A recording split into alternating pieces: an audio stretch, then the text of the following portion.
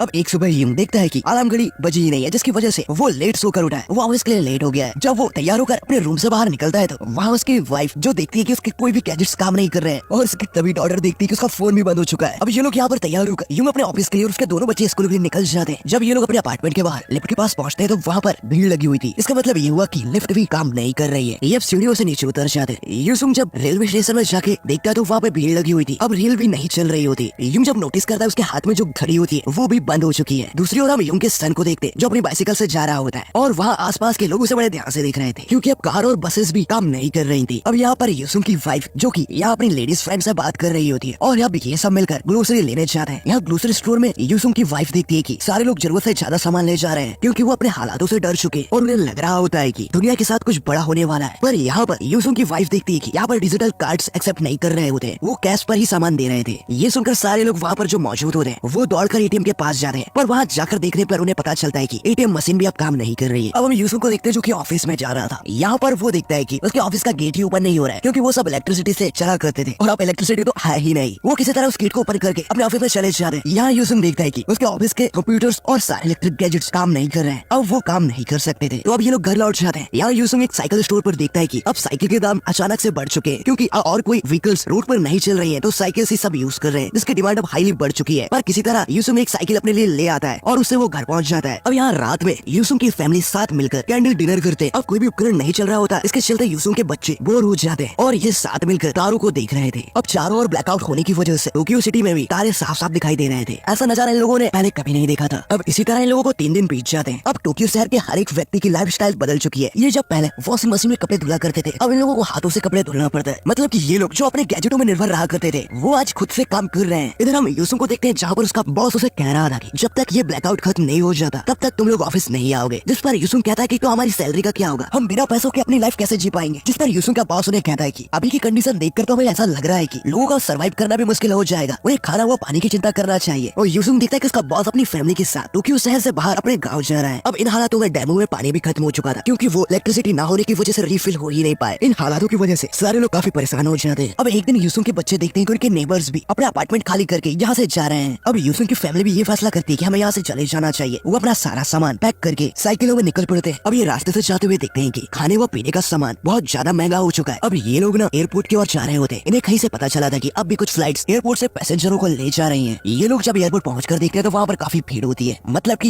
ये खबर गलत मिली होती है, यहाँ कोई भी फ्लाइट काम नहीं कर रही थी। अब इनके पास जो खाना बचा हुआ था ये लोग खाकर सो जाते हैं। नेक्स्ट डे हम लोग देखते हैं कि यूसुंग के बच्चे ग्रोसरी शॉप पर काम का सामान ढूंढ रहे थे। अब यहाँ ना ही कोई सिक्योरिटी बची थी और ना ही कोई कानून। ये लोग अब किसी भी ग्रोसरी सामान पर जाकर कोई भी सामान ले आ सकते हैं। यहाँ ग्रोसरी शॉप पर देखते हैं कि वहाँ खाने व पीने का सामान तो है ही नहीं, वो सामान तो पहले ही लोगों ने लूट लिया है। पर यहाँ इन्हें कुछ काम का सामान मिल जाता है जैसे कि फायर क्रैकर वगैरह। इन लोगों के पास खाना भी खत्म हो चुका था। यहाँ पर अब पैसे चलना बंद हो चुके थे क्योंकि पैसे कोई काम ही नहीं आ रहे थे। यहाँ लोग एक सामान से दूसरे सामान को एक्सचेंज किया कर रहे थे। यूसुंग की वाइफ के पास कुछ ओल्ड रम्स की बोतल होती है, वो उन बोतल्स को उस बूढ़ी औरत को दे देती है जिसके बदले उन्हें कुछ खाने का सामान मिल जाता है। अब ये लोग अपने सफर के निकल पड़ते हैं। रास्ते में ये देखते हैं कि यहाँ पर बहुत से लोग टोक्यो सिटी को छोड़कर जा रहे हैं। अब रात पे ये लोग जब सोए हुए होते हैं कि तभी इनके पास से एक वाटर बोतल को कोई दूसरा आदमी ले जा लेता है। मतलब कि अब खाने पीने के लिए लोग चोरियां भी करने लगे थे। अब अपने सफर में इन लोगों को 16 दिन बीत जाते हैं। ये नदी के किनारे बैठे हुए थे। यूसुंग देखता है कि नदी में साफ पानी बह रहा है, तो वो वहाँ का पानी पी के देखता है जो कि उन्हें काफी बढ़िया लगता है। इन लोगों ने इससे पहले कभी नदियों का पानी नहीं पिया था। ये लोग वाटर बॉटल का पानी पिया करते थे। अब इनके सफर के दौरान एक दिन बारिश होने लगती है और इसी बारिश से बचने के चलते अपनी साइकिल को खड़ी करके एक दीवार के सहारे बच रहे थे। ये तूफानी बारिश बहुत तेज थी जिसकी वजह से इन लोगों की साइकिलें भी खराब हो जाती है और उनमें रखा सारा राशन का सामान भी नीचे गिर जाता है। इसकी वजह से ये फैमिली काफी दुखी होती है। अब यूसुंग और उसकी वाइफ यहीं पे रुकने का फैसला करते हैं और इनके बच्चे पास में ही जरूरत का सामान ढूंढने निकल पड़े थे। रास्ते में ये लोग देखते हैं कि यहाँ पर एक ग्रोसरी शॉप है और ये जब उसके अंदर जाता है तो वहाँ इन्हें कुछ जरूरत का सामान तो मिल जाता है। साथ ही ये लोग पेट फूड और जो बैटरी में पानी डाला करते थे वो पी के देख लेते हैं और उसे अपने साथ ले आते हैं। और जब ये लोग वापस लौटकर उस पेट फूड को खाते हैं तो वो इन्हें अच्छा नहीं लगता, पर इन्हें अपनी भूख मिटाने के लिए उसे खाना पड़ता है। अब उन्हें उन जरूरतों के सामान में अपनी साइकिल रिपेयर करने का सामान भी मिल चुका था, तो ये अपनी साइकिल भी रिपेयर कर लेते हैं और ये अपने सफर में आगे बढ़ रहे थे। ये उस एनिमल फूड और वो बैटरी का पानी पीकर अब 22 दिन बिता चुके थे। अब एक दिन इन्हें सफर के दौरान रास्ते पर एक फैमिली दिखाई देती है। वहाँ पर जो फैमिली होती है वो सर्वाइवल के हर एक तरीके से जानती है। वो यूसुंग की फैमिली को कुछ प्लांट्स के बारे में बता जो ये लोग अपने सफर के दौरान कंज्यूम कर सकते हैं। वो फैमिली ना इन लोगों की एक तस्वीर भी लेती है। वो जिस कैमरे से इन लोगों की तस्वीर ले रहे थे वो कैमरा इलेक्ट्रिसिटी से नहीं चलता था, वो रील वाला कैमरा होता है। वो इनकी तस्वीर लेने के बाद इनका पता पूछ लेते हैं और अगर हालात सुधरते हैं तो वो ये तस्वीर उनके घर पे पोस्ट कार्ड के जरिए भेज देंगे और फिर ये लोग अपने अपने रास्ते निकल जाते हैं। कुछ दूर आगे जाने पर ये लोग देखते हैं कि वहाँ पर कुछ लोग फिश पकड़कर फिशेस खिला रहे होते हैं। ये लोग भी लाइन में लग जाते हैं, पर जब तक इन लोगों का नंबर लगता है तो वहाँ पर सारा खाना खत्म हो जाता है। है। ये सब देखकर ये फैमिली काफी दुखी होती है क्योंकि ये सभी भूखे थे। यूसुफ अपनी फैमिली को भूखा देखकर वो उस आदमी के पैरों पर गिर जाता है और उसे खाने की भीख मांगता है, पर इस पर वो आदमी उनकी मदद नहीं करता। अब ये लोग कुछ दूर आगे आ जाते हैं। इन लोगों की हालत अब बहुत ज्यादा खराब थी क्योंकि इन लोगों ने कुछ दिनों से खाना भी नहीं खाया था। यहाँ पर यूसुफ एक कीड़ा को पकड़ लेता है और उसे खाने ही वाला होता है कि तभी उसे वहाँ पर एक पिग दिखाई देता है और अब ये सभी मिलकर उस पिग को पकड़ते हैं। ये लोग उस पिग को पकड़ तो लेते हैं पर यहाँ पर ये लोग उसे काट नहीं पाते कि तभी वहाँ पर एक ओल्ड मैन आता है और वो उस पिग के साथ इन लोगों को अपने घर ले जाता है। यूसुफ और उसकी फैमिली अब उस ओल्ड मैन के घर पे थी। ये लोग वहाँ पे बहुत अच्छा खाना खाते। इन्होंने काफी दिनों बाद इतना अच्छा खाना खाया था। अब ये यहाँ पर कुछ हफ्तों तक साथ ही रहते हैं। ये मिलकर उस बूढ़े आदमी की मदद करते हैं। वो बूढ़ा आदमी बहुत अच्छा होता है, वो इन लोगों की मदद करता है। अब यहाँ पर ये लोग इतने दिनों तक रहते, ये यहाँ पर खुशी से रह रहे थे। अब एक दिन ये सभी अपने फादर के पास गाँव जाने का फैसला करते हैं और जब ये लोग जा रहे होते तो वो बूढ़ा आदमी ने खाने का सामान और पानी कुछ दे देता है तो कि इनकी रास्ते में मदद करेगा। वहाँ से निकल पड़ते हैं। अब ये लोग कुछ दूर आगे जाने पर ये रास्ते पे दिखते हैं कि सामने एक नदी है जो कि उस मैप पे नहीं थी। जो मैप इनके पास होता है ना वो ओल्ड हो चुका था। अब इसकी वजह से ये लोग परेशान होते हैं। तभी यूसुफ को आइडिया आता है कि वहाँ पर बड़ी लकड़ियों से वो एक राफ्ट बनाता है और वो उस राफ्ट के जरिए अपना खाने का सामान रख कर दूसरी ओर चले जाते हैं। पर उनकी साइकिल इसी तरफ रह चुकी थी तो वो राफ्ट लेकर फिर वापस आते हैं और अपनी साइकिल ले जाने का फैसला करते हैं। पर तभी अचानक वहाँ बारिश होने लगती है जिसकी वजह से उस नदी का वाटर लेवल इंक्रीज हो जाता है। तेज बारिश के होने के चलते उस नदी की धारा बढ़ चुकी थी यानी उसका बहाव तेज हो गया था, जिसकी वजह से यहाँ पर यूसुफ उस नदी के बहाव के साथ बह जाता है। उसका सन किसी तरह तो बच जाता है पर यूसुफ उस बहाव के साथ आगे बह चुका था। अब कुछ देर बाद हम देखते हैं कि यूसुफ की फैमिली उसे ढूंढ रही है। यहाँ पर जो यूसुफ का सन होता है मतलब कि उसका बेटा, उसे एक विक मिलता है जो कि यूसुफ अपने सर में पहना करता था। इससे ये पता चलता है कि अब यूसुफ उस नदी के साथ बह गया है और इन लोगों को लगता है अब यूसुफ नहीं रहा, जिसके चलते ये लोग यहाँ पर रोने लगते हैं। अब ये अपने पिता और हस्बैंड को खोकर दुख से आगे बढ़ रहे थे। ये रेलवे ट्रैक पर चल रहे होते हैं कि तभी इनके बैग पर जो मीट रखा हुआ होता है ना उसकी स्मेल से कुछ डॉग इनकी ओर आ जाते हैं और वो डॉग यूसुफ की वाइफ के पीछे जो बैग रखा होता है उस पर झपट पड़ते हैं, जिसकी वजह से वो रेलवे ट्रैक से नीचे गिर जाती है और उसे उसके पैर में चोट आ जाती है। यहाँ यूसुफ की वाइफ को उसके डॉटर उसका सन ऊपर लाता है और उसे कंधे पे बैठा के ले जा रहे होते हैं। वो कुत्ते अब भी इनके पीछे लगे हुए थे। ये लोग यहाँ पर डर जाते हैं क्योंकि उनके पीछे कुत्ते लगे थे कि तभी अचानक वहाँ पर एक ट्रेन आती है और ये ट्रेन देखकर खुश हो जाते हैं। ये ट्रेन ना कोयले से चलने वाली होती है जिसकी वजह से ये अभी काम कर रही थी। ये लोग उस ट्रेन में बैठ जाते हैं और ये अब आगे जा रहे थे। दूसरी ओर हम नदी के किनारे एक डेड बॉडी को देखते हैं जो कि यूसुफ की होती है। वो अभी मरा नहीं होता पर उसकी हालत भी कुछ सही नहीं थी। वो लड़खड़ाते हुए आगे बढ़ता है और आगे बढ़ते हुए एक ट्रैक्टर के पास जाके बैठ जाता है। बहुत ज्यादा थका हुआ था। यूसुफ वहाँ बैठा ही हुआ होता है कि तभी उसके सामने से एक ट्रेन जा रही होती है और वो ट्रेन देखकर उसके पास जो फायर क्रैकर होता है उसे जला लेता है और उसे धुआं निकल रहा था। यहाँ हम ट्रेन में देखते हैं यूसुफ की फैमिली को जहाँ पर उसकी वाइफ उस धुएं को नोटिस कर लेती है। उसे पता था कि उसके हस्बैंड के पास ही एक फायर क्रैकर था और वो यहाँ पर ट्रेन को रुकवा देते और अब यूसुफ भी उस ट्रेन में बैठ चुका है। यहाँ यूसुफ की फैमिली यूसुफ को पाकर काफी खुश होती है। अब कुछ समय तक ट्रेन चलती रहती है। ये लोग अपने फादर के गाँव पहुंच चुके थे। इन लोगों को इस तरह रहते हुए 108 दिन से ज्यादा हो चुका था। यहाँ पर उन्हें बीच के किनारे उनके फादर मिल जाते हैं। अब इन लोगों को 2 साल 126 दिन इस गाँव में रहते हुए बीत चुके हैं, मतलब की 847 दिन, और ये यहाँ पर खुशी से रह रहे हैं। यूसुफ और उसका बेटा अब मछलियाँ पकड़ा करता है और यूसुफ की डॉटर अपने लिए एक बुनाई का काम करना स्टार्ट कर दिया है और ये इसी तरह यहाँ खुशी से रह रहे थे। एक सुबह हम लोग देखते हैं कि यूसुफ को उसके अलार्म घड़ी की आवाज सुनाई दे रही थी और जब वो जाके देखता है तो उसकी अलार्म घड़ी चलने लगी थी। कुछ देर बाद उस गाँव का स्पीकर भी बजने लगा था और वहाँ पर लाइट आ चुकी थी, मतलब कि अब ये ब्लैकआउट खत्म हो चुका है। और इसके बाद ये लोग टोक्यो पहुंच चुके हैं जहाँ पर अब सारे उपकरण काम करने लगे थे, जिसमें बसें और कार्स भी शामिल थी। यहाँ पर टोक्यो में न्यूज चल रही होती है कि ये ब्लैकआउट सन की यूवी रेस की वजह से हुआ है या फिर किसी देश ने हम पर साइबर अटैक किया था जिसकी वजह से ये ब्लैकआउट हो गया था। पर इसका असली रीजन कोई नहीं जानता कि ये ब्लैकआउट किस वजह से हुआ था। और यूसुफ और उसकी फैमिली घर वापस लौटकर काफी खुश थे। अब ये एक दिन अपने अपार्टमेंट के बाहर होते हैं कि तभी वो पोस्ट कार्ड आ जाता है जो उस फैमिली ने इनकी पिक्चर्स ली थी और उन्हें भेजा था। ये उस फोटो को देखकर इमोशनल हो जाते हैं और ये मूवी यहाँ पर समाप्त हो